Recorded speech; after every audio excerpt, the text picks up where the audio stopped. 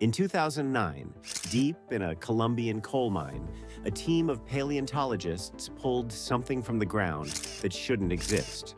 A vertebra. Massive. Thicker than a human wrist. At first, they assumed crocodile, because what else could it be? Crocodilians were the giants of those ancient swamps. But something was wrong. The shape didn't match. The curves were off, and then the realization hit. This wasn't a crocodile. This was a snake, and it was bigger than anything that should be possible.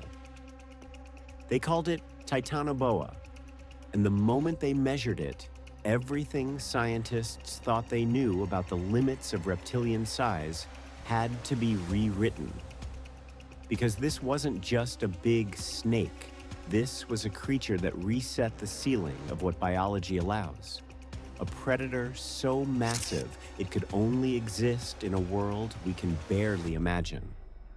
And here's what makes it genuinely terrifying. It wasn't a freak accident. It wasn't an evolutionary mistake. Titanoboa was the logical outcome of a planet pushed to its absolute limit. The mine where they found it isn't just some random fossil site. It's a time capsule, a snapshot of an entire rainforest sealed 60 million years ago by a sudden burial of mud and ash, leaves, fish, turtles, an entire ecosystem frozen in place.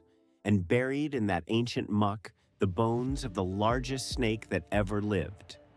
As the team kept digging, they found more vertebrae, dozens of them, ribs, jaw fragments. And every single one pointed to the same impossible conclusion. This animal was real. When they finally ran the calculations, the numbers were so extreme they had to check them again and again. Because if the math was right, Titanoboa was more than 15 meters long. Some estimates push it past 50 feet. It weighed somewhere between 2,000 and 2,500 pounds. To put that in perspective, the largest anaconda ever reliably measured was about 28 feet long. Titanoboa was nearly twice as long, 4 to 5 times heavier. It wasn't just a snake. It was a living freight train. But here's where it gets genuinely fascinating. How do scientists even figure out the size of an extinct animal from just a handful of bones? Modern snakes follow predictable scaling laws. The size of their vertebrae correlates directly with their total body length. So paleontologists can measure a Titanoboa vertebra, compare it to modern constrictors like boas and anacondas, and extrapolate backward. It's not guesswork, it's biomechanical geometry. But that raises an even bigger question. Why was Titanoboa so much larger than any snake alive today? What allowed it to exist when nothing even close to its size survives in modern jungles? The answer isn't about evolution, it's about temperature. Snakes are ectotherms. They can't regulate their own body heat. They rely entirely on their environment to stay warm. And that shapes everything about them. Their metabolism, their growth rate, the absolute upper limit of how large they can become. Here's the key principle. The warmer the environment, the faster a snake's metabolism runs. Faster metabolism means faster growth, more efficient digestion, and the ability to sustain a much larger body. So when scientists uncovered Titanoboa, they weren't just looking at a giant predator. They were reading a climate record, a biological thermometer from 60 million years ago, and it pointed to a world far hotter than the one we live in now. To understand Titanoboa, you have to understand its world. Step back 58 million years into the Paleocene epoch, just a few million years after the dinosaurs vanished. Earth is recovering, ecosystems are rebuilding, and the tropics are turning into something almost unrecognizable.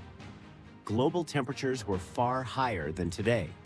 In what is now northern Colombia, estimates suggest average year-round temperatures of at least 32 degrees Celsius. with almost no seasonal relief. Imagine a rainforest that never cools down, not even at night. A world where the air itself feels like a constant sauna. No ice caps, no winters, just relentless, steaming heat stretching from pole to pole. Forests sweated, waterways steamed in the sun, and life grew large. Because for cold-blooded animals, warmth removes the biggest constraint of all.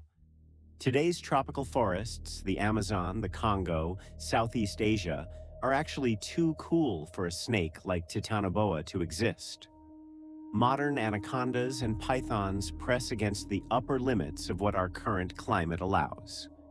To push beyond their size into Titanoboa territory requires a world turned up several degrees warmer, consistently, for millions of years.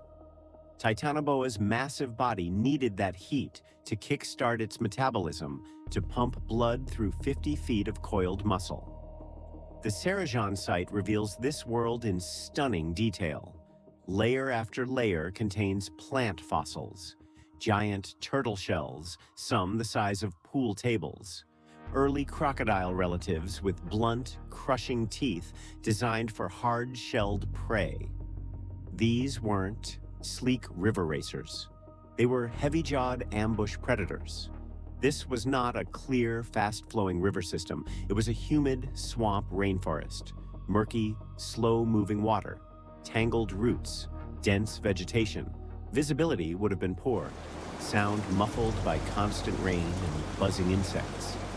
In such an environment, size was a massive advantage. A giant snake could lurk in the water, its bulk supported by buoyancy, its body hidden by tannin-stained currents. Heat and humidity would keep its muscles warm and ready, allowing it to move when it needed to, then sit, digesting enormous meals over weeks or months. Titanoboa in this context is not an accident. It is the direct, logical outcome of an extreme world. High temperatures, abundant prey, and a swampy labyrinth perfect for slow, patient ambush. So here's the question everyone wants answered. How did Titanoboa actually hunt? Forget everything you've seen in movies. Titanoboa wasn't some hyper-aggressive monster chasing down prey on land. This wasn't a land-racing python or a tree-dwelling boa. Titanoboa was simply too big for that. 40-plus feet of muscle doesn't glide quickly over forest floors. It sinks, drags, fights gravity with every inch. But in water, everything changes. In the Paleocene swamps, Titanoboa behaved less like a modern snake and more like a crocodile. Slow, silent, half-submerged.